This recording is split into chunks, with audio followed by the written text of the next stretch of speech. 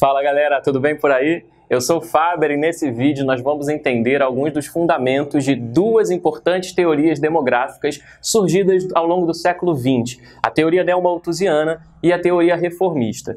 Nós vamos falar também sobre uma nuance, sobre uma variante da teoria neomalthusiana com um discurso um pouco mais ecológico, a chamada teoria ecomalthusiana. Agora, antes de qualquer coisa, é importante que você saiba que essas três teorias, essas duas teorias mais essa variante verde da neomalthusiana, diferente da teoria malthusiana lá do século XVIII, elas não têm um autor, elas não são teorias datadas, não foi uma publicação de um livro que resultou nessas teorias. Elas se aproximam muito mais do que seria um conjunto de ideias, uma corrente teórica, uma forma de ver uma situação, do que, propriamente dito, uma teoria, como a teoria de Malthus, que a gente já viu no vídeo anterior.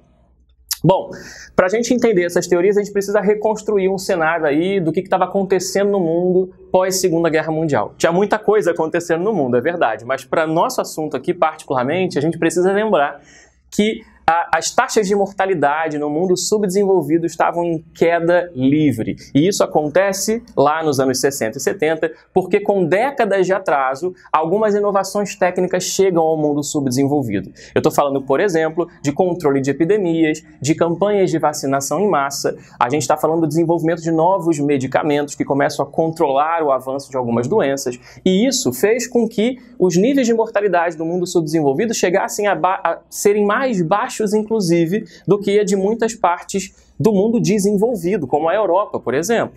A Europa, como ela já completou a sua transição demográfica há bastante tempo, a sua população é mais velha, e por ser mais velha, os níveis de mortalidade são bastante altos. Então, algumas partes do mundo subdesenvolvido chegam a ter, na segunda metade do século XX, níveis de mortalidade mais baixos do que a dos países europeus. Fato é que esses níveis de mortalidade em queda significam um surto de crescimento demográfico nesse mundo dito subdesenvolvido, nesse mundo mais pobre.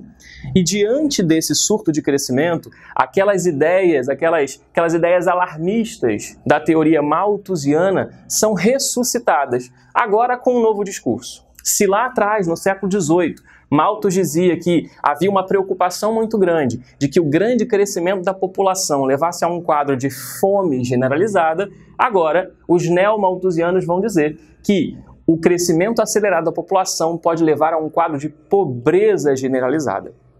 A lógica neomalthusiana é muito simples. O alto crescimento vegetativo faz com que os governos dos países pobres precisem investir continuamente em setores da economia que são não produtivos. Que setores são esses? Creches, escolas, hospitais, para citar alguns exemplos.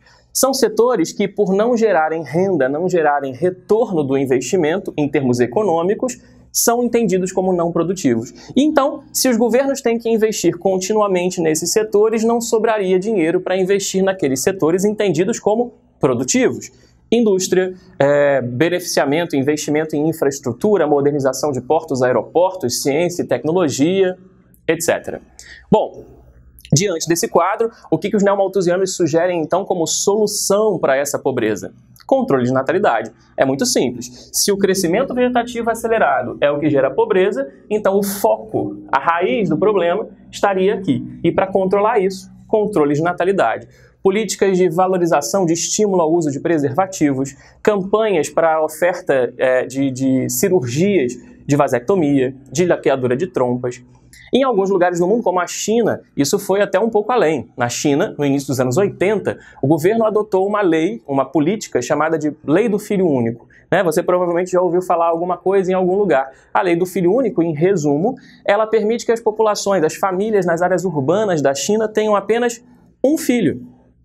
A China, sendo um país absolutamente patriarcal, teve como resultado dessa política uma redução do ritmo de crescimento da população, sim, é verdade, mas uma redução, sobretudo, da população feminina. Porque uma vez que as famílias descobriam que estavam grávidas de uma menina, abortavam. E muitas das meninas que nasciam eram abandonadas, o que levou a um alto índice de infanticídio feminino na China. O resultado é que hoje, quando você analisa as faixas etárias mais jovens da China, há muito mais homens do que mulheres.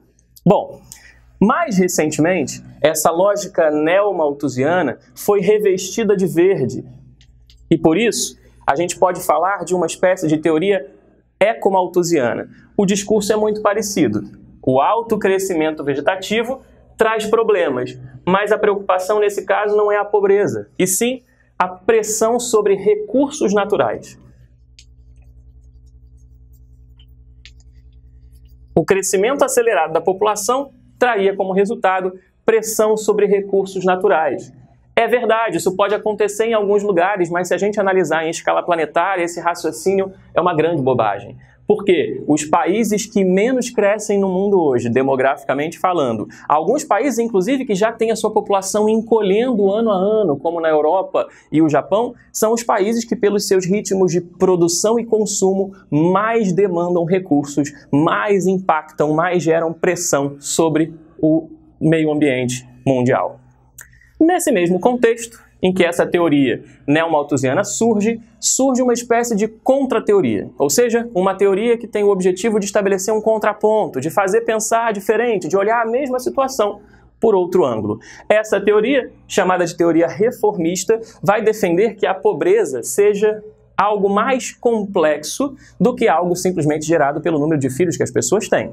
A pobreza, para os reformistas, ela é estrutural, ou seja, existe pobreza porque não há emprego suficiente. Ou existe pobreza porque, além de não há emprego suficiente, há remuneração baixa. Há pouco investimento em saúde pública e educação pública.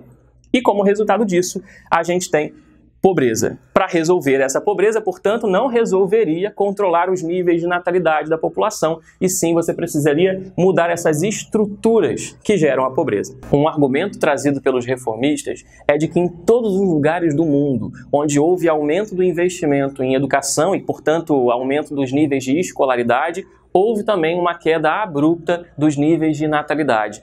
Ou seja, para os reformistas, se existe uma relação de causa e efeito entre crescimento vegetativo e pobreza, essa relação é exatamente o oposto do que os neomalthusianos defendem. Ou seja, é a pobreza que traria como resultado um alto crescimento da população e não o contrário.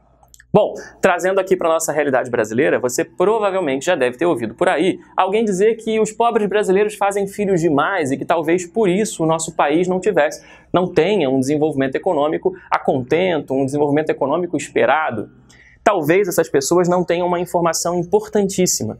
Os níveis de fecundidade no Brasil vêm caindo aceleradamente nas últimas décadas, especialmente entre as mulheres mais pobres.